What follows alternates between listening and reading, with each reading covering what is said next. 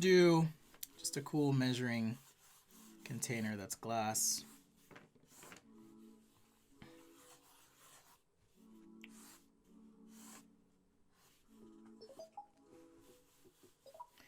Okay, so on the inside of the glass here, I'm going to talk about the torus principle. Okay, torus principle. So if I want to draw a torus, hopefully you guys know what a torus is. Torus.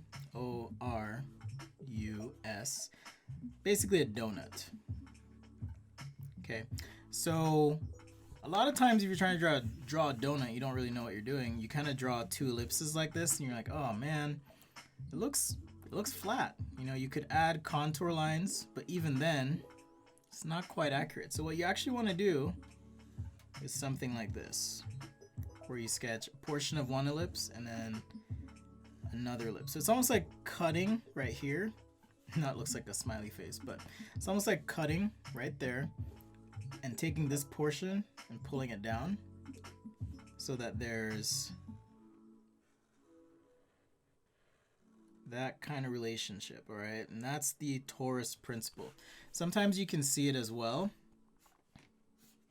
Torus principle or TP. So if this were a plane, right, and I want to do a transition here, a lot of times we'll just put a little curve like so, maybe a construction line there if you want, but the ellipse for where this transitions to is actually represented by this dotted line. So zooming in real close here for you guys. Okay, this area right here, there's a little bit of a gap. That, my point is, that ellipse, let me get my hand out of the picture here so it can focus. So that part of the ellipse would actually go around. All right, so pro tip, those little things make a big difference in your sketches. Trust me, they make a big difference. All right. So let's say we wanted to make some sort of measuring container. We need a spout, okay, of some sort. So I'm going to sketch that in. And this is all part of the form, divide, beautify process that I like to use. And why did I just talk about the torus principle? Well, if the top of this is rounded, you know, like a slumped glass, then I'm going to kind of stop short of this far edge and maybe continue with a line or two where we're going to have some refracted things. Okay, refracted, or you could call them occlusions or compressed reflections, things like that. Now, maybe my handle is wood because this is a fancy measuring thing. All right, and this wood connects to the glass somehow. I don't know how. Let's not worry about it right now. Let's just have fun. And I'm gonna put just some tick marks here. When I'm doing these tick marks, I'm trying to just be mindful that this surface is curved, right? Now let's do the base. I think I might make the base like a rubber.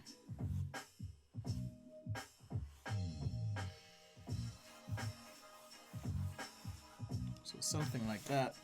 Now I'm going to give this a little bit of thickness. Actually, not even a little bit, a lot.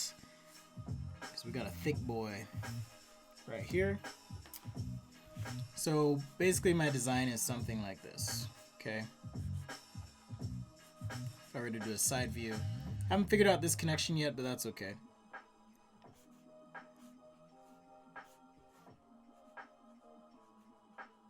You know, some sort of wood handle, nice thick glass here, and our rubber base. All right, and just like we did in our warm-up, once again, you've got these ellipses. So at the top, smaller, toward the bottom, bigger. I'm probably a little bit too big on the bottom, but I mean, given the perspective, but you know, roll with it. At least that's what I tell myself. All right, so I've got the sketch. Oh, thank you, Latrice. Much appreciated. I will shoot me a message. I'll send you the sticker. What's up, Shaz? Welcome. Thank you for joining the stream. Okay, so how do you do glass? That's such a tough one, right? it can seem overwhelming, confusing. Where do I start? Where do I begin? What do I do? All those things. I'm just gonna grab some gray markers here. Really doesn't matter too much, but Pyrex is kind of greenish anyways, so I'm gonna pick some greenish colors, maybe some blue green, blue gray, and I'll grab some others as well. Let's see, we've got, trying to find some green gray here, but oh, there we go. Green gray 3. And these are Ohuhu markers. Okay, so it doesn't matter what I'm doing. I typically just like to outline the sketch. And I'm being careful to just leave a little bit of white on the outside here. So not shading to the extreme edge. Okay, and our glass has some thickness to it. But I do, when I'm, or rather, when I'm shading glass, I like to kind of add some contrast on these edges. Like so. And now, this is a green gray 3. I need something lighter still, actually. If this is clear. Like if there's a background or it's on top of some fabric or a countertop or something, then you're going to have some interplay of light. But we're just going to assume that it is a clear background here. All right. So I need a lighter gray. Let me see if I can find one real quick. There we go. Green gray 1. And I like this because it does have just a nice greenish tint to it. Okay, so as far as reflections, refractions go, I was gonna save this for a video. Let's see if I can find it. No, I can't find it. But basically you wanna think about the glass here kind of like a mirror. And a mirror is going to reflect things in the environment. And a curved mirror is not only going to reflect things, but it's going to kind of distort or compress things as well. Okay, so for example, we'll still have shadow cores, but we're gonna have a streakier kind of appearance to things, okay? Something like that, maybe in the back here. And we'll introduce the contrast in just a bit.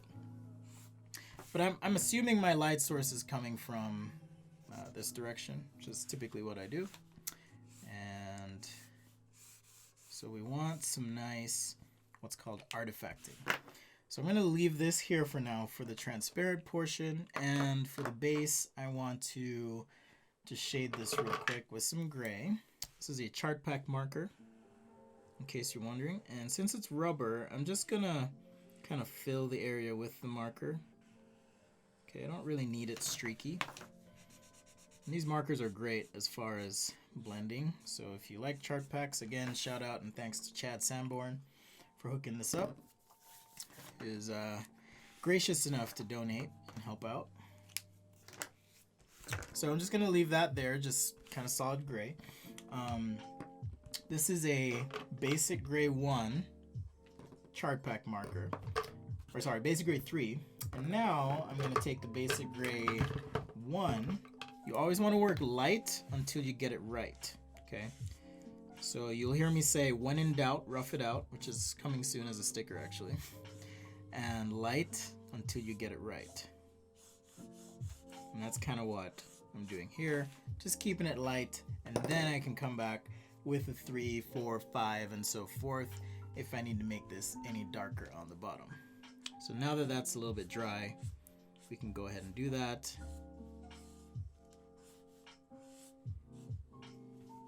Just like so. Even hit the base here a little bit. This is the same marker. It's just a little dried out.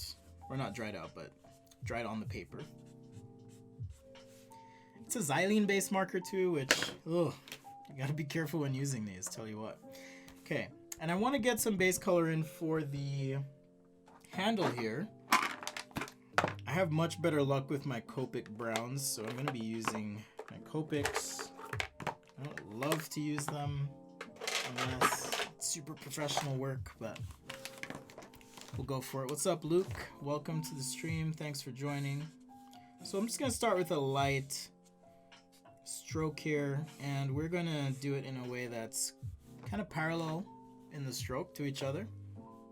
And now, once that's dry, I can just come over the marker like so.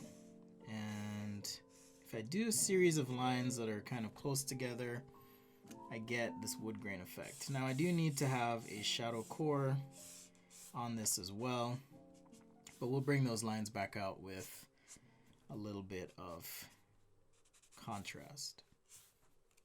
All right, so this was a 71 in Copic. Now I'm gonna switch to a 74. Okay, being careful not to shade all the way to the edge, because we want to simulate some reflected light and capture a little bit of shadow under these connectors to this glass body. And now with the 77, like I said, I'll come back. I guess I probably didn't need to put the grain on in the first place.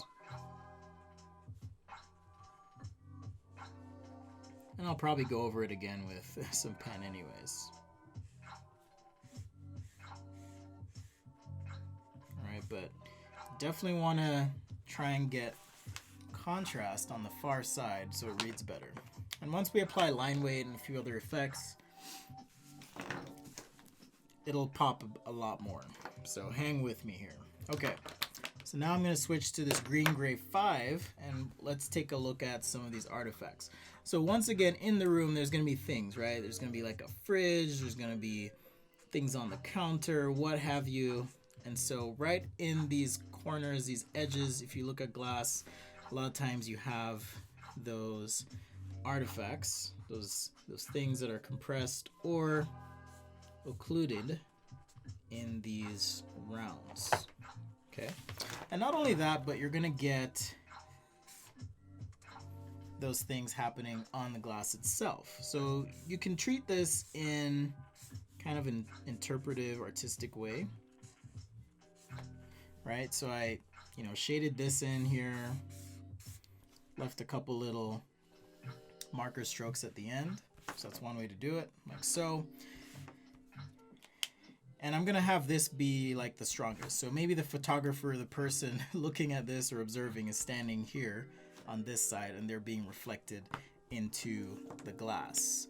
Keith says, wood handle, haven't seen that before. Yeah, probably for a reason. Either cost or it's just completely insane and impossible. I don't know. I don't design glass things all day, so I'm just gonna dream and have fun. But this is the internet, so there's always someone who's like, well, actually, you can't do that with glass. Okay, so I'll do something like this. I'm just having fun, guys. I hope you realize that, and you guys are having fun too. Okay.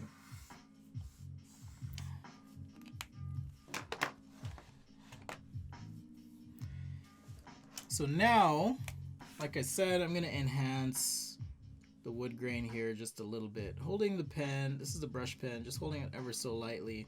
Because if I push harder, I can get a lot more line weight out of this. So you kind of have to be careful with these if you're using one. So for example, on this outline here, I can push a little harder. Even in the glass itself, if I want to enhance the contrast in these artifacts, I can do that like so, just by pushing a little bit harder. We haven't even gotten to the white pen yet. We need a little bit of white pen on this to kind of help things out. All right, I'm gonna put a couple dots on the base here, and as a last step, now that this is dry, I'm gonna take this basic gray 4.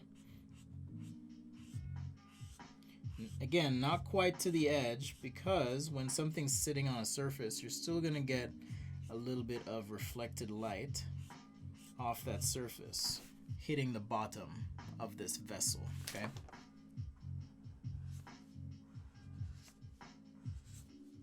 It's probably not a good idea to have the bottom of your measuring thing opaque if it's glass, but we're just dreaming, right, guys? Okay. And I did have this green. Let's see, maybe I can use this to just get that nice greenish look to the glass. If you guys have looked at Pyrex, you'll know what I mean.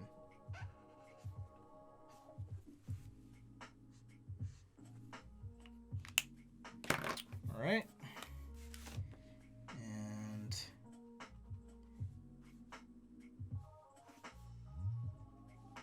I'm just gonna put some dummy text in here. I don't know if it would be black, right?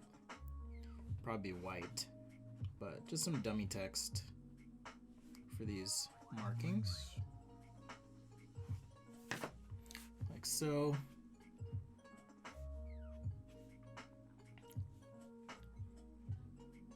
All right, I think I'm gonna do 2 more sketches. I just realized I made a mistake on the top, but it's all good.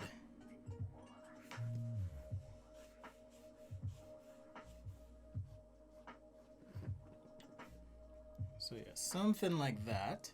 And then just on the base, I'm gonna make this a little heavier on the line weight. A couple dots for texture. You need to call out materials, you can do that with arrows, text. Check out my video on how to do notes. We'll talk about how I write and why I write that way.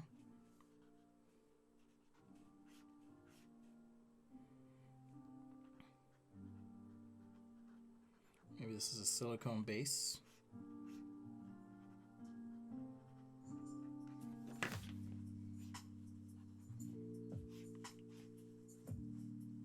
It may seem obvious or dumb, but when you're doing a design sketch, it's actually helpful to label your materials, even if you're rendering them, because it removes any confusion for the viewer as to what it is they're looking at.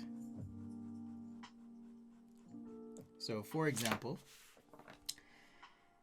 shading, rendering, showing this in wood, I would argue is just as effective as me labeling this donut or torus and saying wood. Okay, it's just a lot faster to do that. It's not as compelling or impressive, but just as fast doing something like that. All right.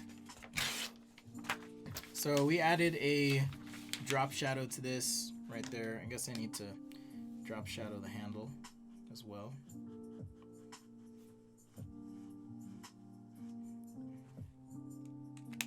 Something like that. Okay. Oh shoot, I forgot to add white. I said I was gonna add some white. So white just kind of helps it, you know, whenever you put it, rather, in areas where there's a lot of contrast, it just kind of helps things. Or if I want to erase, for example, this line a little bit, or at least reduce the visual appearance of it, I can add that white like so. You could even, this is an acrylic paint pen, so you could even cover this up and then add the green, and it would help, the greenish gray, and it would help it pop even more. Just a couple white spots in here.